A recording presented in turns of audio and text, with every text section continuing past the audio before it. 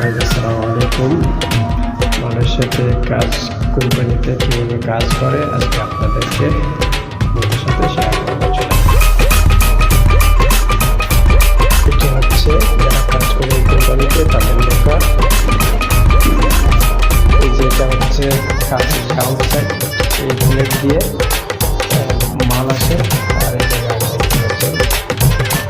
এই যেটা হচ্ছে কাজের ভিতর, এটা মার্কেটের মাইক, এটা নেট কুকিং হয়ে আছে, এটা আবার চলে যাবে মার্কেটে।